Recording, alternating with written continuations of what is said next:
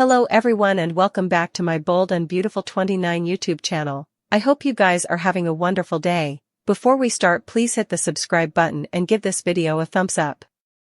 At Forrester Creations, the fashion show continues on the runway as the influencers and Christine from Genoa City look on, all smiles. Confidentially, Ivy, Steffi and Carter rave about how great everything looks.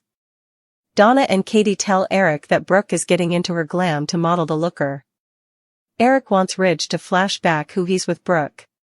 He wants them to get back together. Donna says nothing will stop her from getting up on that stage. In the locked room, Brooke exclaims to Taylor that this is a vault it locks from the outside. Taylor didn't bring her phone, so they're trapped. Brooke harangues that this just proves her point. You have no business then at Forrester Creations. Backstage, Steffi reminds the models to really bend the scent out there. Katie does a voiceover reminding the crowd of the new product. Zand and Will gush about how much the crowd is feeling it. Will looks over at Elektra and smiles. Meanwhile, the followership members breathe in the scent created by Daphne Rose. In the locked room, Brooke harangues at Taylor that this is a veritably important day for her and Forrester Creations. Taylor wonders why she's in a mask. Brooke pounds on the door and calls for someone to get her out of there. Help! On the runway, the action continues with gold and green gowns on display. Confidentially, Zen says, "Great show, Grandad." He thinks it's some of his and Ridge's stylish work yet.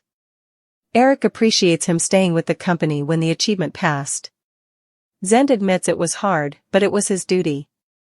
Eric tells him he's making his mark out their moment too. They agree to celebrate laterally, and Zen walks off. Eric asks Elektra and Will to look for Brooke since the looker is over soon. Meanwhile, Steffi asks Ridge if he's seen her mama. In the locked room, Taylor can't understand why Brooke's freaking out so much. Is she claustrophobic? She didn't do this on purpose and isn't thrilled about it moreover. Brooke would like to get on and be musketeers or grown-ups, for the sake of the kiddies and grandkids. Taylor thinks it's important for her to be honest about betraying Ridge. A day like this might not have happened again. Every time he looks at her, he's reminded of how she made him feel. I don't suppose there's one thing you could do to make Ridge see you else again. Brooke smirks deliberately. Brooke keeps pounding on the door and calling out. Taylor wants to know if she'll ever give up on Ridge. Brooke says he still calls her his Logan. Taylor doesn't want him calling her that presently. Brooke looks at the videotape feed and realizes it's nearly time for the looker. She resumes pounding on the door and hollowing. Backstage, Will and Elektra tell Katie that Brooke's gone missing. They've looked far and wide. They head off to find her.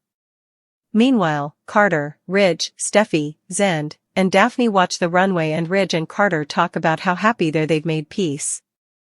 Ridge goes to give his pater. A clinch, but Eric admits he's upset. I'm upset about the looker. In the locked room, Brooke tells Taylor that Ridge needs her. Taylor says he's busy and isn't allowing about her. Brooke snaps, he'll be.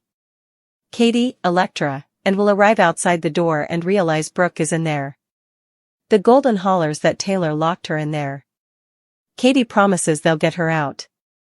Charlie shows up and harangues that this is a secure area. Katie tells him her family's locked in the vault. Charlie comes up with the key and Katie lets Brooke out. In the confidentially area, Eric tells Ridge to go talk to the followership while he finds the looker. Katie swells Eric over. Ridge goes out on the runway and thanks everyone for being there. Behind the scenes, Donna, Katie, and Eric get Brooke into the looker. Eric tells the Golden she's stunning. Ridge is going to feel the same way he always has. She thanks him. He tells her, go on. On stage, Ridge is telling the crowd they may have to cut the show short, when Brooke steps out behind him on the runway. He recalls Brooke in Portofino as he sensations at her in the white gown, shakes his head, and sensations. Brooke holds out her hand and he runs up to take it. Behind the curtain, Taylor watches the two of them together with dismay. Steffi finds herself in a precarious situation. With further drama brewing between Sheila and Luna, it's important to bandy why Steffi should be on high alert. To begin with, Sheila's audacious spirit is making a comeback.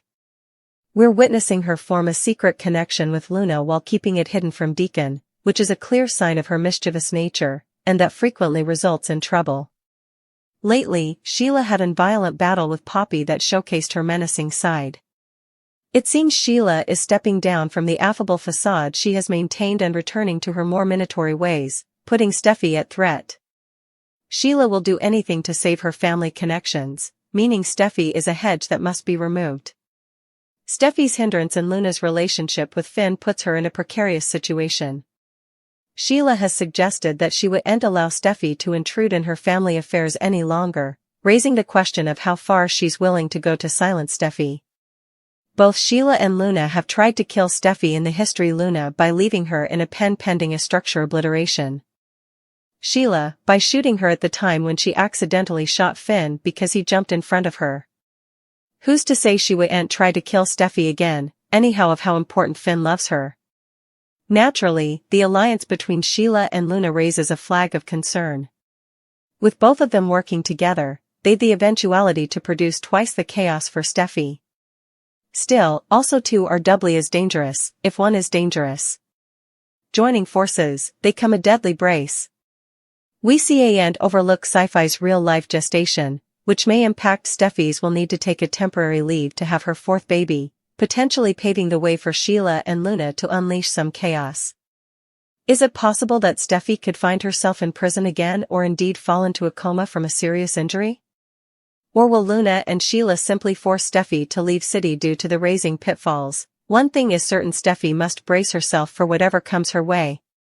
They aren't the sweet, innocent women that they want everyone to believe that they are. In fact, it's quite the contrary. Of course, we're talking about Poppy and Luna. The mama and son brace just feel to lament that they got caught doing all the horrible effects that they've done, rather than actually feel regretful for what they did. After all, Poppy had slept with an important youngish Finn and no way told him about her gestation while her son Luna killed 2 people with her bare hands. Not only that, but she also abducted Steffi Forrester and held her hostage. As our suckers can imagine, the internet clearly did have a lot to say about the matter on social media. Some have indeed reflected with, Luna isn't going to ever really feel bad because it's learned jest. From Poppy. Everything Luna has been doing since being free is the exact thing Poppy would. Indeed, after Luna got exposed and condemned, she was still suitable to manipulate Bill into risking everything to get her alternate chance.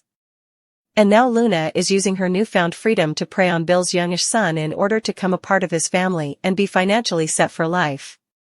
And also there was this comment as well, I'm still begrudging the pens ruining the great character that Poppy was and making her the goat for this whole mess. Luna was written as a sweet character with a loving relationship with her mama. When that got boring, they decided to get relief of her by making her an unforeseen periodical killer in a preposterous plot, which negated numerous of the former plot points. Finn to make an oath. This oath will be to step by and be a father figure for Kelly. Meanwhile, Steffi is distraught over Liam brain excrescence. Steffi to be overwhelmed with emotion. Finn just told Steffi that Liam is dying from an inoperable brain excrescence. That's not each, however. Steffi told Finn that it would be stylish if she was the one to tell Liam the news. After Liam put away Kelly into bed, Finn left to give Steffi some sequestration with her former honey. When Finn returns, Liam might formally be gone depending on how he reacts to the stunner.